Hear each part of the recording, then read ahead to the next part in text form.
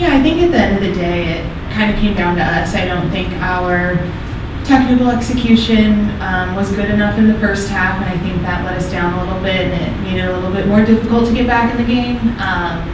But I think as the game went on, second half going on, we started to play how we wanted to, and we're creating a lot of chances. It's just coming down to, like you said, getting the ball over the line, but we're doing a lot of really good things. It's not all perfect, and we know that, and we know we have a lot of room to grow, but we are creating chances, and eventually they're going to start getting put away for sure. Anybody? Yep.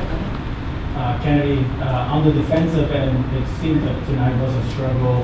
What made it so difficult against Houston to try to keep them from scoring tonight? I think overall our intensity just wasn't where it needed to be. We needed to get stuck in a little more and be honed in on our 1v1 defending, and I don't think it was at our standard tonight, and that's something that we all acknowledge and take, and we'll learn and grow in time for next Friday. We have a game coming up soon, but I think it just comes down to us not being up to our standard for 90 minutes, so definitely something that we're going to hone in on for next week. Yeah, go ahead. What can you guys take away from this game that you can utilize in your game against Tottenham on Friday? I think a massive takeaway from this game is reminding ourselves to kind of go back to our roots and like kind of where we were in our thought process in the beginning of the season of understanding and believing internally who we are and our style of play and our belief in ourselves. And I think that when we play like that and we play like us and we execute the way we know we can technically, no team like stays with us in this league, and that we can really outpossess and outplay a team. And I think that right now it's contagious, so it's not a matter of if it's going to happen. It's inevitable to flip kind of back in our direction, and once it does, it's like once it rains it pours, and we know that's the mentality we have going into next week. Yeah, go ahead, Jared, and then we'll do. Yeah, hello. So we just came from a very emotional speech by Alex Morgan where she included both past and present players. Can you tell us how do you feel wearing the same shirt that she was wearing when she retired, and also the overall thoughts about the jersey retirement?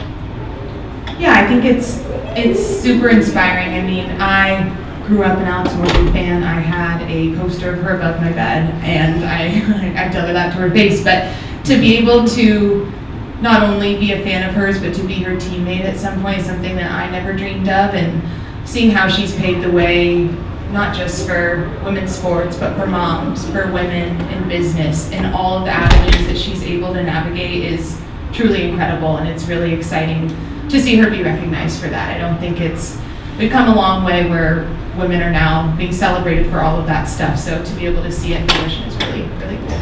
And of all people, I mean, to see Al, someone we know as a friend, as a person, and as a teammate, it's so deserving. I mean, the speeches said it themselves.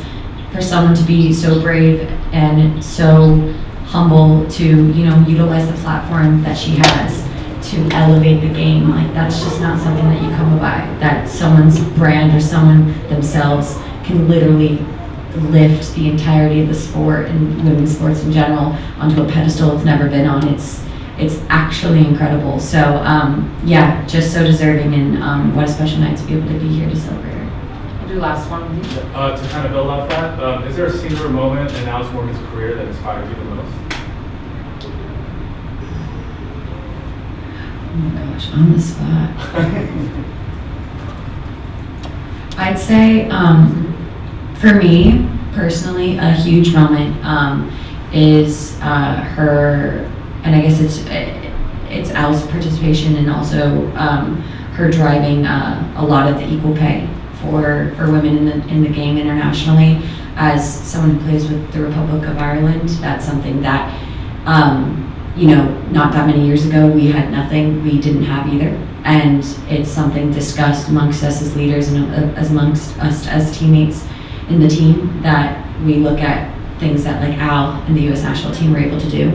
and utilize, and it's still something that we look at to say, hey, like these are possible for us, and again, like it's a small way, it's a thing for them, for the U.S., but it's something that like all other countries and all the women's sports can really leverage as well. So for me, yeah, that's huge. Yeah, I think just adding on briefly, just being with her as a teammate, the level of excellence that she brought out of everyone else was really inspiring. She didn't matter who you were, how old you were, how long you'd been on the team. She demanded a level of excellence that I think was so respected and inspiring in and of itself. It made all of us want to be better.